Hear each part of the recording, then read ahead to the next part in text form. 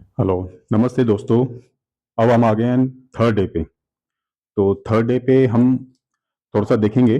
Time हमने कोई waste नहीं करना है, लेकिन फिर भी जो इम्पोर्टेंट डिस्कशन है वो हम जरूर इस पे करेंगे। जो पहले हमने पढ़ा था, जैसे length, units of the length, mass and temperature. तो उसमें क्लियर किया था कि टेम्परेचर की जो यूनिट है वो केल्विन है। यूनिट्स के बारे में हमने क्लियर कर लिया था। लेकिन इसमें से, क्योंकि टेंथ बेस पे है, तो इसमें से कुछ एक क्वेश्चन पूछा जा सकता है, जिसमें कि अ, एक क्वेश्चन आता है लेंथ के ऊपर कि लेंथ,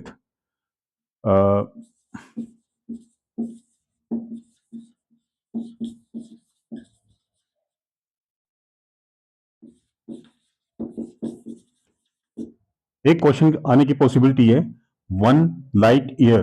वन लाइट ईयर या लाइट ईयर यूनिट ऑफ। तो लाइट ईयर, ईयर मतलब ऐसा लग रहा है कि टाइम है, लेकिन जो लाइट ईयर है वो यूनिट होता है लेंथ का, या इसको बोलते हैं डिस्टेंस का। इसे डिस्टेंस मेजर करते हैं। Light year the unit of distance, length major करते हैं लाइट ईयर में। लाइट ईयर का मतलब होता है जो कि सूरज की रोशनी जो है वो एक सेकंड में 3 लाख किलोमीटर पर सेकंड के हिसाब से ट्रेवल करती है। तो जो आपस में जो उपग्रह होते हैं या ग्रह होते हैं या उपग्रह होते हैं, उनमें बीच में जो हमने डिस्टेंस देखना होता है, मेजर करना होता है, तो अप्रोक्सीमेटली उसको इतना लंबा डिस्टेंस होता है कि एक साल में जो लाइट एक साल में जो लाइट जितना डिस्टेंस ट्रेवल करती है उसको बोलते हैं लाइट ईयर। तो आपने इस यहां से क्वेश्चन बन सकता है आपका कि light year the unit of distance या लेंथ। वही आपने इसको याद रखना है, ज्यादा नहीं हम इसमें करेंगे। दूसरा क्या आ गया, इसमें जो हमने पढ़ा था मास। मास और एक इसमें देख लेते हैं वेट। वेट और मास में दोनों में डिफरेंस है। जो हमारे सिलेबस में लिखा हुआ कि यूनिट ऑफ मास ये भी केजी है, और जो हम बोलते हैं कि वेट करा लो किसी चीज का, वो भी केजी है। लेकिन यहां से क्वेश्चन बनता है कि जो मास है, मास जो, अगर हम अर्थ में जो मास है, जितना नंबर ऑफ मॉलिक्यूल्स या उसका जो मटेरियल जितना है, उसको जो मेजर कर रहे हैं वो उतना ही रहेगा। अगर हम चांद में चले जाएंगे तो वहां पे भी उतना ही रहेगा। जो मास होता है वो नॉट चेंज। जो मास है वो कभी चेंज नहीं होता है। वो मास आज अर्थ में भी रहेगा, मून में भी रहेगा, किसी भी उपग्रह में ले जाओगे, किसी भी ग्रेविटी में ले जाओगे। ग्रेविटी मतलब गुरुत्वाकर्षण बल जो होता है। लेकिन जो वेट है, वेट जैसे हम बोलते हैं कि हमारा भी यहाँ पे 60 किलो है, 60 किलो वेट है, तो चंद्रमा में जब हम जाएंगे तो 6 गुना कम हो जाता है, मतलब वहां पे रह जाएगा 10 किलो। तो जो वेट है वो चेंज हो जाता है, चेंज हो जाता है। ये होता है ग्रेविटी। ग्रेविटी या गुरुत्वाकर्षण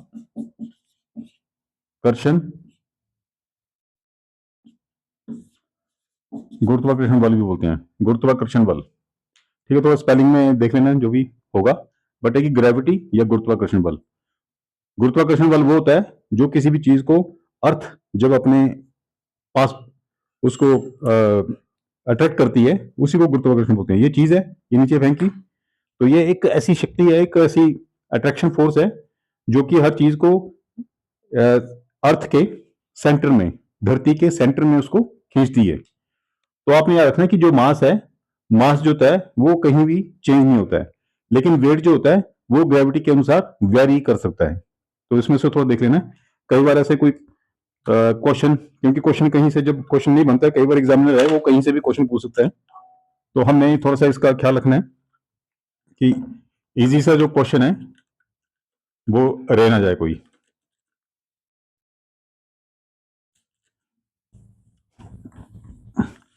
थोड़ा सा टाइम की अगर थोड़ी इसमें होगी तो आप थोड़ा इसको स्पीड अप कर लेना। कोई भी जो वीडियो है अगर वो थोड़ा स्लो होगा, या अगर मैं स्लो बोल रहा हूँ, तो आप उसमें उसकी स्पीड बढ़ा सकते हो। तो स्पीड बढ़ाने से क्या होगा कि आपका टाइम बच जाएगा उसमें।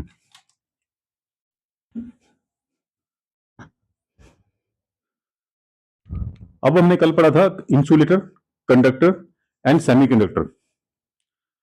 तो इंसुलेटर के ऊपर बोला है कि इंसुलेटर जो होता है वो करंट पास नहीं करने देता है, लेकिन करंट क्या चीज होती है, बेसिकली आपको थोड़ा सा इंट्रोड्यूस करा दूं ताकि उससे कोई क्वेश्चन बन जाए। जो करंट होता है किसी भी मटेरियल में, फ्लो ऑफ इलेक्ट्रॉन्स, जो इलेक्ट्रॉन्स है वो फ्लो करते हैं, और इलेक्ट्रॉन को फ्लो करने के लिए क्या चाहिए होती है, पोटेंशियल डिफरेंस। पोटेंशियल डिफरेंस जिसको भी बोलते हैं वोल्टेज। या फिर आप ये मान लीजिए कि ये चीज जो है, अगर पानी यहाँ पे हाइट पे है तो ये नीचे को जाएगा, तो इसको पॉजिटिव मान लो, इसको नेगेटिव मान लो। पानी ऊपर से नीचे की तरफ बहेगा, मीन इन दोनों चीज में, दोनों हाइट में डिफरेंस होना चाहिए। ऐसा नहीं कि ये और ये है तो यहां पाइप लगा देंगे तो पानी कहीं नहीं जाएगा। अगर यहाँ पे पानी कहीं नहीं जाएगा तो इसका मतलब कि इसमें पोटेंशियल डिफरेंस क्या है, जीरो। जीरो का मतलब कि जीरो वोल्टेज है। तो हमने क्या करना है, ये देखना है कि जब भी करंट तभी फ्लो करेगा जब उसमें कोई ना कोई वोल्टेज होगी, 1 वोल्ट होगी, 2 वोल्ट होगी, 4 वोल्ट होगी, 5 वोल्ट होगी।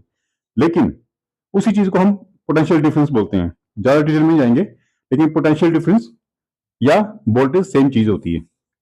अब जहां पे पोटेंशियल डिफरेंस होता है, मीन हमने एक जो बैटरी लगा दी या वोल्टेज सोर्स दे दिया 2 वोल्ट का, तो इसमें जो भी कंडक्टर है,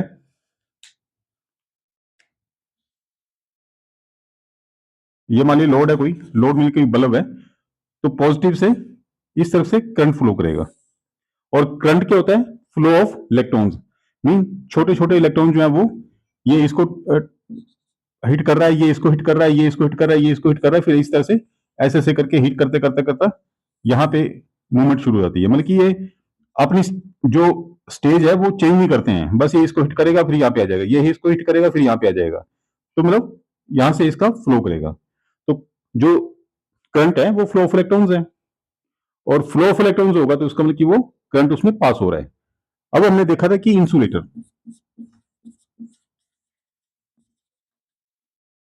तो इंसुलेटर में तो करंट पास नहीं होगा, और अगर करंट उसमें पास नहीं होगा इसका मतलब कि उसमें से जो इलेक्ट्रॉन है वो पास नहीं कर पाएंगे, इलेक्ट्रॉन जो है वो पास नहीं कर पाएंगे। तो इलेक्ट्रॉन पास नहीं कर पाएंगे,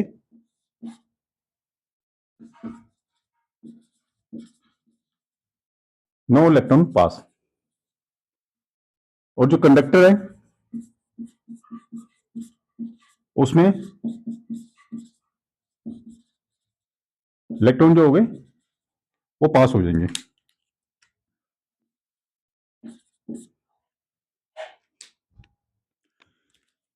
और सेमीकंडक्टर में क्या है,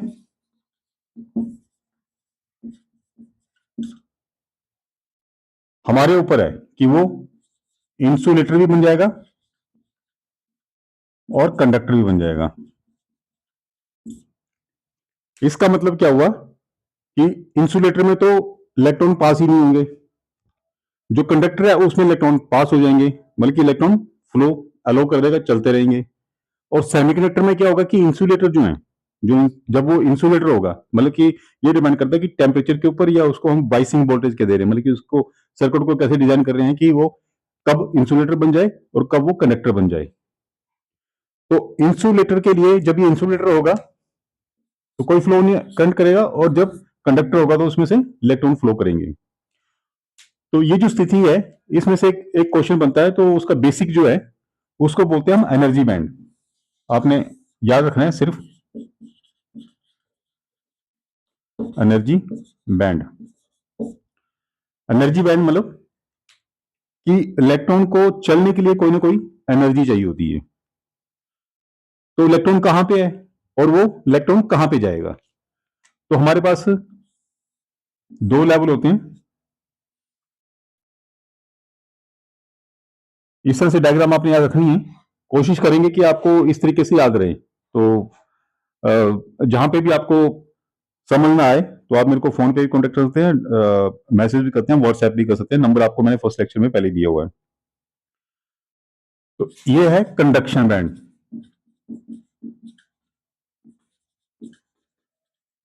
कंडक्शन बैंड, और ये है बैलेंसी बैंड।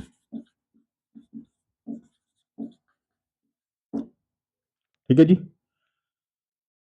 जो इलेक्ट्रॉन यहां पे बैलेंसी बैंड में है उसको जब एनर्जी मिलेगी तो वो शिफ्ट करके कंडक्शन बैंड में चला जाएगा, यहां से शिफ्ट करके यहां चला जाएगा।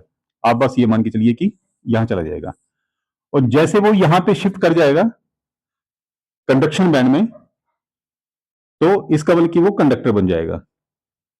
और अगर वो यहां पे ही है, इसको कोई एनर्जी इतनी नहीं मिल रही है, तो इसके जो बाहर के जो आउटर मोस्ट सेल बोलते हैं, या इसको समझो कि जो कंडक्शन में हेल्प करते हैं इलेक्ट्रॉन, वो यहीं के यहीं रहेंगे, क्योंकि इसको इतनी एनर्जी नहीं मिल रही है कि वो एनर्जी का मतलब कि वोल्टेज नहीं मिल रही है, या फिर टेम्परेचर बढ़ने से भी इसकी जो बाहर के जो फ्री इलेक्ट्रॉन्स हैं वो जंप करके कंडक्शन बैंड में चले जाएंगे, और जैसे कंडक्शन बैंड में चलेंगे तो वो एक कंडक्टर बन जाएगा। और जब तक कंडक्शन बैंड में ये यहाँ पे बैलेंसिंग बैंड में ही रहेंगे, तो ये एज ए इंसुलेटर ही काम करेगा। अब कौन से इनकी क्या खास बात होती है, कंडक्टर की क्या खास बात होती है कि वो कंडक्शन बैंड में चला जाएगा, या बैलेंसिंग बैंड जो इंसुलेटर है उसकी क्या खास बात है कि वो करंट को फ्लो नहीं करने देगा। तो इसके लिए क्या होता है कि जैसे जो हमारे इंसुलेटर हैं, उसका जो बाहर का सेल होता है, जो हमारा जो इलेक्ट्रॉनिक कॉन्फ़िगरेशन होती है, जो उसके बाहर के जो आउटर मोस्ट सेल है, जो बाहर का सेल है, समझो गोले हैं ये यहाँ पे न्यूक्लियस होता है किसी चीज का, न्यूक्लियस, और उसके बाद ये इलेक्ट्रॉन की कॉन्फ़िगरेशन होती है। बस आपने बाहर वाले इलेक्ट्रॉन्स को देखना है कि बाहर वाले इलेक्ट्रॉन में जितने इलेक्ट्रॉन होते हैं वो डिपेंड करता है कि वो कंडक्टर बनेगा, इंसुलेटर बनेगा, या फिर वो सेमीकंडक्टर बनेगा। अब इस केस में क्या है, सेमीकंडक्टर के केस में क्या है, जो जो भी हमारा जो आउटरमोस्ट सेल है, बाहर की जो भी ये सर्कल है, उसमें जब ये आठ आठ इसमें इलेक्ट्रॉन होंगे तो वो बैलेंस होता है। बैलेंस मीन कि वो उसका जो उसका जो कॉन्फ़िगरेशन है वो पूरी है, और वो स्टेबल हो गया कि वो अब अपना जो है वो कनेक्शन करे ना करे, वो उसके ऊपर डिपेंड करेगा। लेकिन जो हमारा जो सेमीकंडक्टर है, उसके आउटरमोस्ट सेल में कितने होते हैं, 4 इलेक्ट्रॉन। जो सेमीकंडक्टर होता है उसमें होते हैं 4 इलेक्ट्रॉन, आउटरमोस्ट सेल में 4 इलेक्ट्रॉन। जो इंसुलेटर होता है, करने कितने हैं, जो बाहर का सर्कल है या बाहर का जो ऑर्बिट है वो कितने में पूरा होता है, 8 में। उसको 8 चाहिए कंप्लीट होने के लिए, स्टेबल होने के लिए। तो सेमीकंडक्टर के बाहर जो होता है वो 4 इलेक्ट्रॉन होते हैं, और इलेक्ट्रॉनिक्स जो इंसुलेटर है, इंसुलेटर में होते हैं 5 से लेके 8 तक। मतलब उसमें 5 भी हो सकता है, 6 भी हो सकते हैं, 7 भी हो सकते हैं, 7 तक करिए, 7, 8 में तो वो कंप्लीट हो जाएगा। लेकिन जो ये सेमीकंडक्टर का, ये सेमीकंडक्टर का, सॉरी, जो कंडक्टर का है उसमें होता है 1, 2 या 3। जो कंडक्टर है, कंडक्टर के बाहरी शेल में कितने इलेक्ट्रॉन होंगे, 1, 2 या 3 होंगे। सेमीकंडक्टर में क्या होगा, 8 का आधा कितना हुआ, 4, तभी हम उसको सेमीकंडक्टर बोलते हैं कि वो आधा है, आधा इंसुलेटर है, आधा कंडक्टर है। बस उसकी हम कॉन्फ़िगरेशन हिसाब से बनाते हैं कि वो हमारे सर्किट डिजाइन के अनुसार वो कभी कंडक्टर बन जाएगा, कभी इंसुलेटर बन जाएगा। तो अभी हम देख रहे हैं कि जैसे यहां पे कंडक्शन बैंड है और ये बैलेंसिंग बैंड है। हमने सिंपल जो हमें जो क्वेश्चन पूछा जा सकता है, क्योंकि उसमें प्रॉपर्टीज पूछी हुई है कि प्रॉपर्टीज की गुण बताओ, इंसुलेटर के क्या गुण है, सेमीकंडक्टर के क्या गुण है, और कंडक्टर के क्या गुण है। तो कंडक्टर के क्या गुण है, कंडक्टर के जो बाहरी आउटरमोस्ट सेल होता है उसमें 1, 2, 3, 1 से लेकर 3 तक इलेक्ट्रॉन फ्री होते हैं, फ्री इलेक्ट्रॉन होते हैं, जो कि कभी मूव कर सकते हैं। और जो इंसुलेटर होता है उसके बाहरी मोस्ट में, आउटरमोस्ट सेल में 5 से लेकर 7 तक इलेक्ट्रॉन होते हैं फ्री, जो कि यहां पे होते हैं, और यहां से जंप करेंगे तो वो आगे कंडक्ट कर सकते हैं करंट को। और जो सेमीकंडक्टर होता है उसमें होते हैं 4। अब हमने बोला है कि सिलिकॉन, कल हमने पढ़ा था कि सिलिकॉन और जर्मेनियम,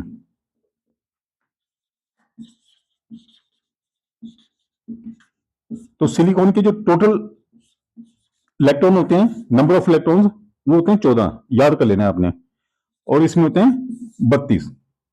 जर्मेनियम के जो टोटल इलेक्ट्रॉन्स होते हैं, जर्मेनियम में टोटल इलेक्ट्रॉन्स वो होते हैं 32, और सिलिकॉन में होते हैं 14। और इनकी जो कॉन्फ़िगरेशन बनती है वो बनती है सिलिकॉन की बनती है 2, 8 और 4। मतलब ये आउटरमोस्ट सेल में कितने हो गए? 4। और जो 32 वाला होता है 2, 8, 18 और 4। 8 2 10, 10 और 18, 28, 28 और 4 32। तो दोनों सेमीकंडक्टर के बीच में, सेमीकंडक्टर के आउटमोस्ट सेल में 4 ही इलेक्ट्रॉन होते हैं। तो थोड़ा सा आपने याद कर लेना है कि सेमीकंडक्टर के बाहरी जो ऑर्बिट होता है उसमें 4 इलेक्ट्रॉन्स होते हैं, जो हमारा इंसुलेटर होता है उसमें 5 से 7 होते हैं, और जो कंडक्टर होता है जो कि इजिली कंडक्ट करता है या इलेक्ट्रॉन को फ्लो करने देता है, उसके बाहरी सेल में फ्री इलेक्ट्रॉन 1 2 3 होते हैं। तो इसमें से कोई क्वेश्चन अगर पूछा जाए तो पॉसिबिलिटी बन सकती है, क्योंकि इसमें प्रॉपर्टी लिखी है। तो प्रॉपर्टीज में क्या होता है कि इसमें इलेक्ट्रॉनिक क्या है, इलेक्ट्रॉनिक कॉन्फ़िगरेशन क्या है इसकी, या फिर बैलेंसी बैंड या कंडक्शन बैंड होता है, ये कब कंडक्ट करेगा कब नहीं करेगा, क्योंकि सेमीकंडक्टर के ऊपर ही हमारा जो एक्सचेंजेस चलती हैं या हमारी जो टेक्नोलॉजी है उसके ऊपर काम करती है। तो एज ए टेलीकॉम टेक्नीशियन हमें ये पता होना चाहिए, बैलेंसी बैंड और ये कंडक्शन बैंड। अब ये जो गैप है ये लगभग 15 इलेक्ट्रॉन वोल्ट। ये जो जितना ज्यादा गैप होगा वो उतने ही ज्यादा करंट को पास नहीं होने देगा। इसको बोलते हैं एनर्जी बैंड गैप, या इसको सिंपली गैप बोल दो, कंडक्शन बैंड और बैलेंसी बैंड के बीच में। ठीक है। अब जितना ज्यादा होगा उतना ही यहां से इलेक्ट्रॉन को जंप करने के लिए या तो एनर्जी चाहिए या फिर वो हो नहीं पाएगा। तो इसका मतलब कि इंसुलेटर है, इंसुलेटर में ये जो एनर्जी गैप है ये बहुत ज्यादा होता है और 15 इलेक्ट्रॉन वोल्ट के आसपास होता है, और इसको बोलते हैं कि ये पास नहीं कर सकता इलेक्ट्रॉन को। लेकिन अगर हम इसी के बीच में लें,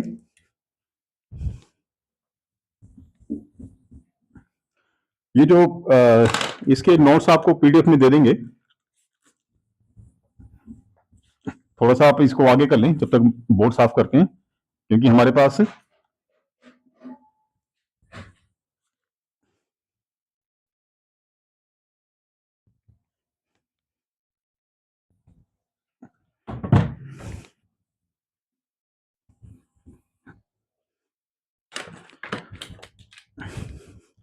अब आप देखिए ये क्या बनाया हमने, इंसुलेटर।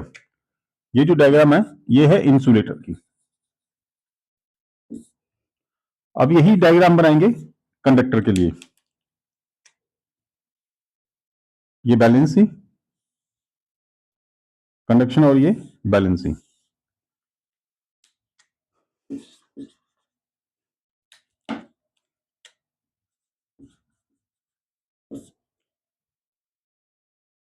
कंडक्टर, कंडक्टर में केस में क्या है, ये जो एनर्जी गैप है, अगर ये गैप होगा तब तो इलेक्ट्रॉन फ्लो ही नहीं करेंगे आगे। तो इसका मतलब कि जो कंडक्टर है उसमें ये जो गैप है ये होता ही नहीं है। तो इसका मतलब क्या हुआ कि कंडक्शन बैंड और बैलेंसी बैंड और कंडक्शन बैंड ये आपस में ओवरलैप होते हैं, आपस में एक दूसरे के ऊपर ओवरलैपिंग करते हैं, मीन ये मिक्स हो जाते हैं। समझो आप यहाँ पे ये सिंबल मिक्स कर दीजिए, और इसके बीच में कोई भी गैप नहीं होता है। इलेक्ट्रॉन जो है वो यहां से जाके यहां चला जाएगा, इजीली चला जाएगा। जब मर्जी इसको थोड़ी सी अगर मान लिया 0.3 इलेक्ट्रॉन वोल्ट मिली तब भी ये चल जाएगा ऊपर, थोड़ी सी भी वोल्टेज मिली तो ये कंडक्टर काम करेगा। तो इंसुलेटर में जो गैप होता है फोरबिडन गैप बोलते हैं उसको, फोरबिडन गैप जो होता है वो 15 इलेक्ट्रॉन वोल्ट होता है या ज्यादा होता है। लेकिन जो कंडक्टर है, कंडक्टर के बीच में जो इन दोनों के बीच में गैप होता है कोई गैप नहीं होता है और ये ओवरलैप होते हैं। अब बात आई जो इंपॉर्टेंट है वो है हमारा सेमीकंडक्टर।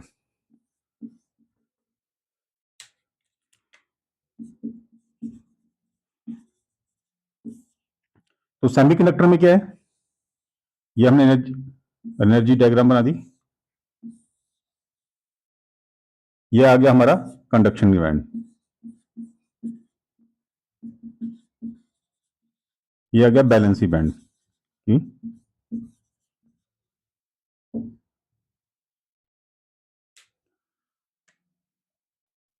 अब आपने इलेक्ट्रॉन वोल्ट याद रखना है, ईबी, ईबी का मतलब इलेक्ट्रॉन वोल्ट। इस ये कहां पे यूज होता है ये अभी आगे बताएंगे आपको।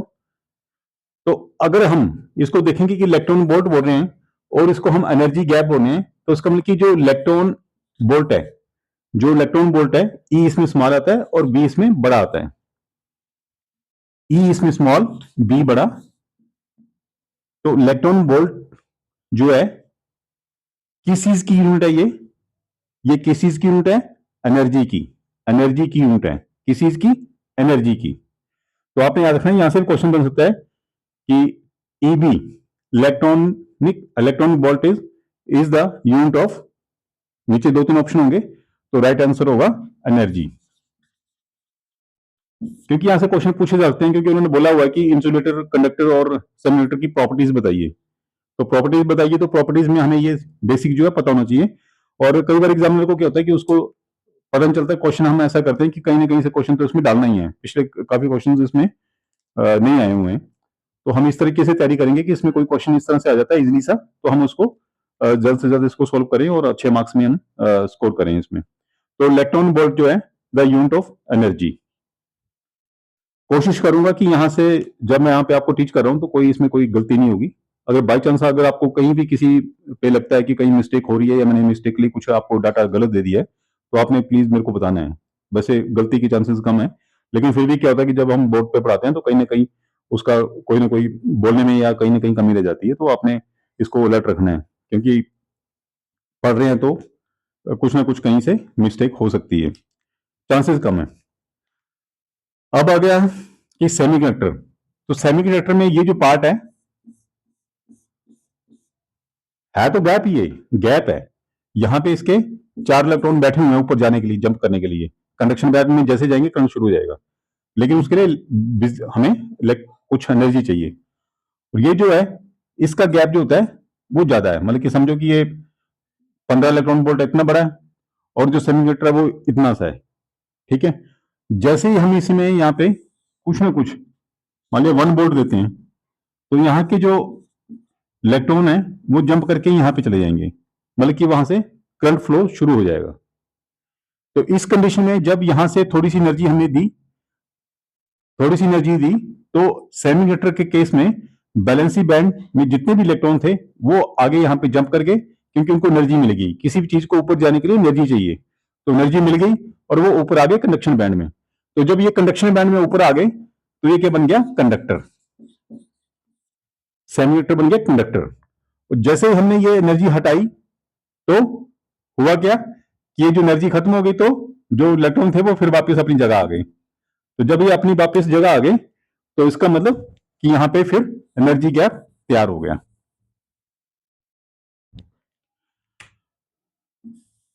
तो सेमीकंडक्टर के केस में आपने याद रखना है कि जो एनर्जी गैप होता है ये 1 इलेक्ट्रॉन वोल्ट के आसपास होता है। इसके आसपास 1 इलेक्ट्रॉन वोल्ट के आसपास। और जो इंसुलेटर है उसमें 5 से 15 तक, 5 to 15 इलेक्ट्रॉन वोल्ट जो एनर्जी गैप है। एनर्जी गैप, इलेक्ट्रॉन वोल्ट और कंडक्शन बैंड, बैलेंसिंग बैंड आपने याद रखना है। जो हमारे सेमीकंडक्टर हैं, जर्मेनियम और सिलिकॉन, उनका जो ऑटोमोस जो सेल है उसमें 4 बैलेंसी इलेक्ट्रॉन होते हैं। तो इतना याद रखना है। याद रहेगा? रहेगा कि याद रखना है आपने? ये आपका सिलेबस है। जो सिलेबस है, सिलेबस के अकॉर्डिंग हमने कोशिश करनी है कि इसमें कोई भी टॉपिक छूटे ना। तो conductor, insulator and semiconductor properties, properties आप इतनी सी याद कर लो। फिर भी इसके आगे कोई ऐसा कोई क्वेश्चन आ जाता है, मेरे हिसाब से इसी स्टैंडर्ड में क्वेश्चन पूछा जाएगा, इससे ज्यादा नहीं पूछ सकता कोई भी। ठीक है।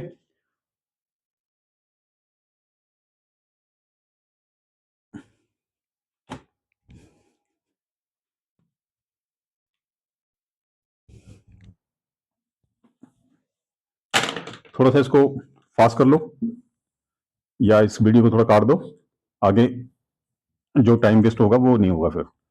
और अगर आपने मेरे को बोर्ड को साफ करते हुए देखना है तो आप देख सकते हो, कोई इसमें मनाही नहीं है कि मैं, मेरा बोर्ड साफ करने का स्टाइल क्या है।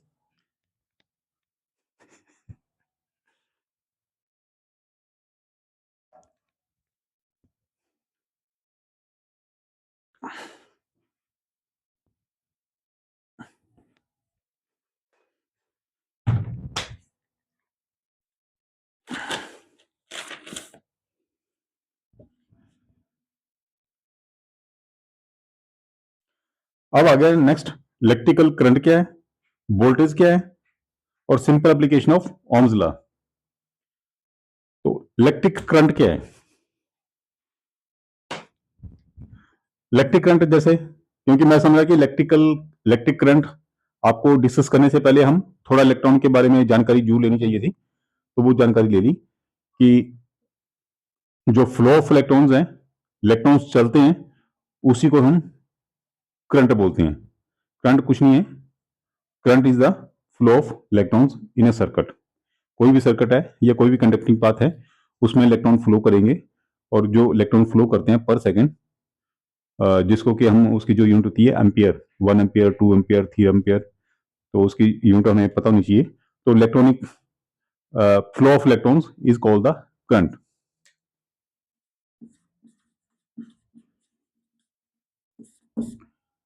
करंट याद रखें आप,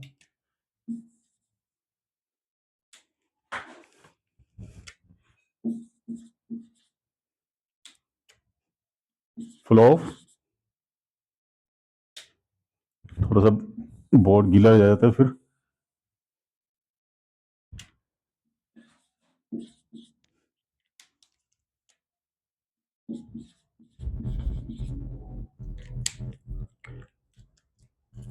क्या देख लेते हैं, flow of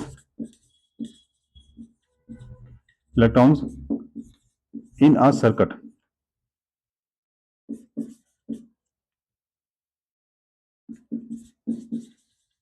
is called current. Conductor में बैलेंसी बैंड से जैसे ही कंडक्शन बैंड में जाएंगे तो करंट फ्लो होना शुरू हो जाएगा। सेमीकंडक्टर में जैसे ही हम करंट, सेमीकंडक्टर में जैसे ही हम हमारे जो इलेक्ट्रॉन है फ्री इलेक्ट्रॉन कंडक्शन बैंड में जाएंगे, तो वो इमीडिएटली कंडक्शन वहां पे करंट शुरू हो जाएगा फ्लो। तो सिंपली जो इलेक्ट्रिक करंट है, it is the flow of electrons. दूसरा बोला हमने वोल्टेज। वोल्टेज का आपको एग्जांपल दिया था भी कि जैसे कहीं किसी लेवल पे पानी है, दो टंकियां अगर बराबर हैं, दो टंकियां दोनों बराबर हैं, तो पानी का फ्लो नहीं होगा। पानी का फ्लो तभी होगा जब एक टंकी ऊंची होगी और एक नीची होगी, ऊंची से नीची में पानी आ जाएगा। तो उसी तरह सेम है कि वोल्टेज तभी होगी, वहां पे एग्जिस्ट तभी करेगी जबकि दोनों पॉइंट के बीच में चार्ज में डिफरेंस होगा। तो वोल्टेज को आप सिंपली ये मान लो कि इसको पोटेंशियल डिफरेंस भी बोलते हैं।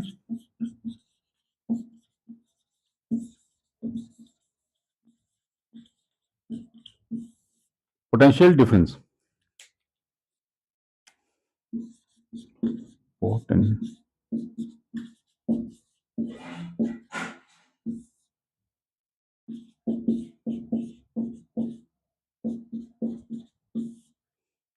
विभवांतर भी बोलते हैं इसको हिंदी में,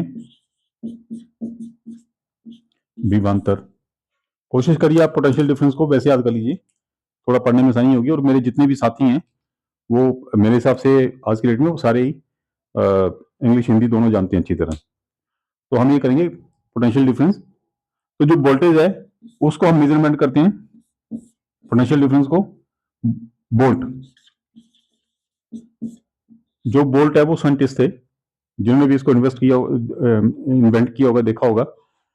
तो इसको कैपिटल बी से शो करते हैं वोल्टेज को, और जो करंट है उसको करते हैं आई से। करंट को सी से नहीं करते हैं, याद रखना, सी से नहीं करते हैं, करंट को आई से शो करते हैं। ठीक है, इलेक्ट्रिकल करंट और वोल्टेज। वोल्टेज का मतलब है कि कहीं पे आपने सेल लगा दी या बैटरी लगा दी। और ये जो हमारे सर्किट्स हैं ज्यादातर इसमें हम जो लेते हैं वो डीसी का केस लेते हैं, क्योंकि आपको पता ही है एक डीसी वोल्टेज होती है और एक एसी वोल्टेज होती है। एसी हमारे घर पे होती है, डीसी हमारे जितने भी इलेक्ट्रॉनिक डिवाइसेस होते हैं, मोबाइल होते हैं, वहां पे सारा ही डीसी काम करता है। जो भी हमारी टेक्नोलॉजी है, जो भी हमारा सेमीकंडक्टर डिवाइसेस हैं, वो सारे ही डीसी पे ही काम करते हैं। और डीसी का मतलब होता है कि पोटेंशियल डिफरेंस, कि 10 वोल्ट अगर बोल दिया है, अगर हमने 10 वोल्ट का मतलब क्या हुआ, 10 वोल्ट का मतलब हुआ कि यहाँ पे एक पॉइंट पे तो 10 का चार्ज है और एक यहाँ पे ग्राउंड है, तो ये 0 है। 0 और 10 के बीच में क्या हुआ डिफरेंस, 10 का हुआ, तो इसको 10 वोल्टेज बोलेंगे, 10 वोल्ट बोलेंगे हम। और ये सर्किट में जब यूज होगा तो इसका मतलब जब बैटरी है, मान लीजिए हम इसमें बैटरी लगाते हैं किसी सर्किट में, तो अगर वो ढाई बोलते हैं कि इसमें 2 वोल्ट की है, 2 वोल्ट का मतलब है कि एक सिरे पे 2 वोल्ट, मतलब कि उसमें चार्ज चार्ज होता है, एक्चुअली ये चार्ज होता है। ये एक लंबी थ्योरी है बहुत ज्यादा, बस सिंपली हमने यहाँ पे ये याद रखना है कि एक पॉइंट पे 200 इलेक्ट्रॉन्स हैं जो कि चलने के लिए तैयार बैठे हैं, और एक जगह बिल्कुल जीरो हैं। जैसे हम उनको जोड़ेंगे तो 200 वाले से आके वो जीरो पे जाना शुरू कर देंगे और वो सर्किट को कंप्लीट कर देंगे। और जब सर्किट कंप्लीट होगा तो उसमें से इलेक्ट्रॉन फ्लो करेंगे, और जब इलेक्ट्रॉन फ्लो करेगा तो हम बोलेंगे कि करंट फ्लो कर रहा है। यही हमारा करंट फ्लो है, इसको ही हम करंट बोलेंगे, फ्लो ऑफ इलेक्ट्रॉन्स। तो मेरे हिसाब से मेरी कोशिश है कि वीडियो जो ज़्यादा बड़ा लंबा ना हो, इतना इतना आप याद करते जाइए और देखते जाइए, जो भी इंपॉर्टेंट पॉइंट है उसको लिखते जाइए।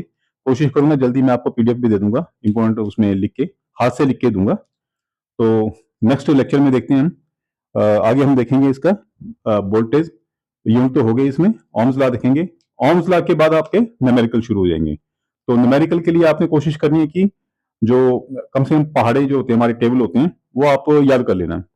तो कहीं पे क्या होगा कि टाइम की भी लिमिटेशन होती है, तो हम कोशिश करेंगे कहीं पे एडिशन करना है, उसका लघुत्तम समावर्तक लेना है, एलसीएम लेना पड़ता है हमें पैरेलल सर्किट में, तो वो थोड़ा सा आ जाएगा। लेकिन आपको वो सर्किट शुरू करने से पहले मैं एलसीएम लेना बताऊंगा, जो उसको कैलकुलेशन कैसे करनी है उसकी वो जो दिखाऊंगा। हम ये मान के चलेंगे कि हमें पढ़े हुए 10वीं पढ़े हुए मैथमेटिक्स पढ़े हुए काफी टाइम हो गया, तो क्यों ना हम थोड़ा सा रिविजन करेंगे, कोशिश करेंगे कि कुछ ना कुछ हमें नया सीखने को डेली मिले और हम विदाउट एरर इस न्यूमेरिकल को कर पाए इजीली।